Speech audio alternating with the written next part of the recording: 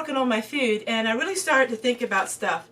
I did a poll on my channel and I asked the percentage of people who feel like they are higher, middle, or lower income. And it's unanimous that most of them feel like they're lower income. And then I asked how many people lived in a mobile home once in their life, or lived in it now, and it was unanimous that they lived in a mobile home at one time in their life. But as Americans, there's a great big population that's fallen through the cracks. And what do I mean by that? Well, there's a lot of us who make too much money that we can't get food stamps. But yet, when the taxes all come off and everything, we're much lower income than the low income people.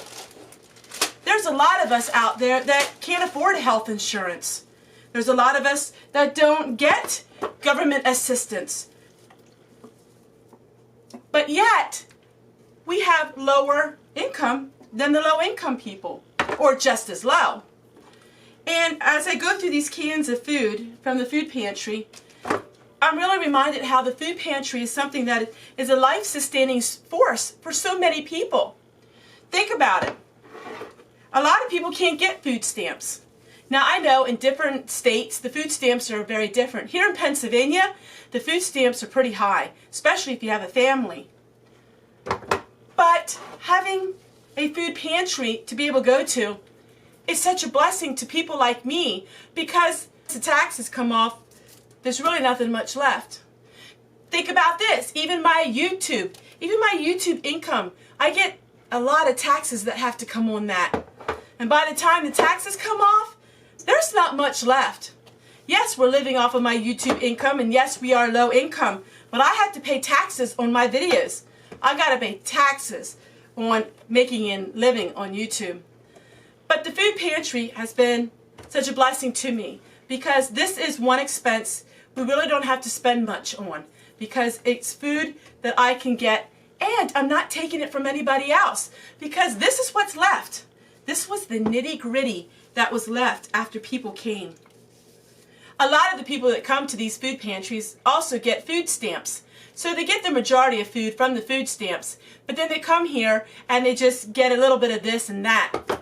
But for someone like me who can't get food stamps, I don't have any dependents living at the home, it's just me and my hubby, this has been amazing. I shudder to think, what's going to happen in another 5 or 10 years?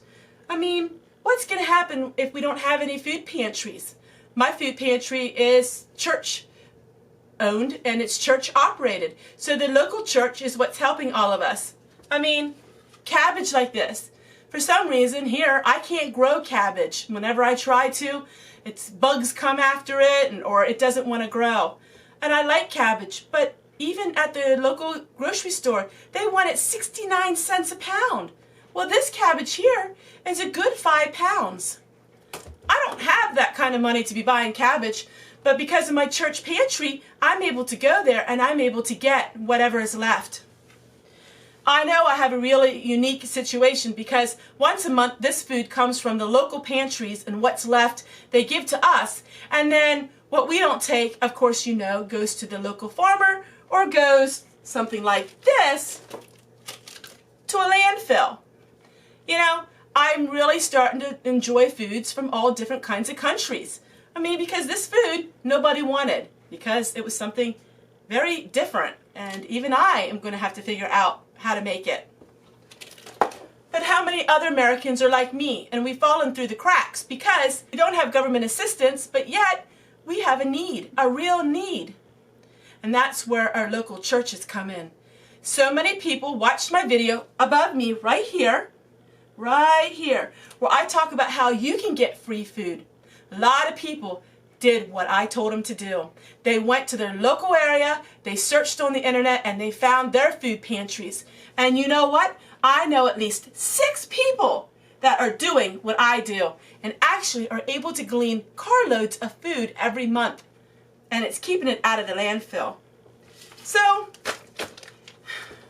what's going to happen to people like me? And what's going to happen to people that do have government assistance? I do believe a time is coming where we might not have it anymore, or not have near as much of it. Our government, our world, the United States is broke. It's broke. We're living on borrowed money and on borrowed time. How many Americans are broke? How many of us have to rely on something like this? I'm stocking up now, and I'm preserving my food now because I know someday there won't be a food pantry for me. A lot of people don't want to think about it. They want to bury their head in the sand, and they want to just not worry about it because they say there's always going to be charity and places that will help. And that is true. But you know what? What if? There's always that what if. And it's not to put fear in people's hearts. It's not to put fear in people. Oh, all of these prepping channels that want to put fear and say doomsday is coming. No, not at all. In fact, it's an adventure. I see it as an adventure because I'm taking food that people never heard of and I'm going to see what I can do with it. To me, it's an adventure. To me, it's not a hardship. I'm very thankful for this opportunity to be able to come on here and have the food pantry and share my food pantry videos with all of you. I can't begin to tell you how many people have talked to me about the food pantry and how it's saved them and it's really helped them. But they're not just thinking about having the food pantry from month to month. They're starting to get the mindset of Tessie. They're starting to say, you know what, Tessie? I'm thinking like you. I'm thinking, what can I get at the food pantry that I can put in my prepping closet? That's right, your prepping closet. You know, you don't have to have a room. You don't have to have a large house. You don't have to have a basement. You can turn any area, no matter where you live, even if you live in a tiny house, you can turn that into a space where you can prep. A lot of women are telling me that they don't have much room, but they have a closet.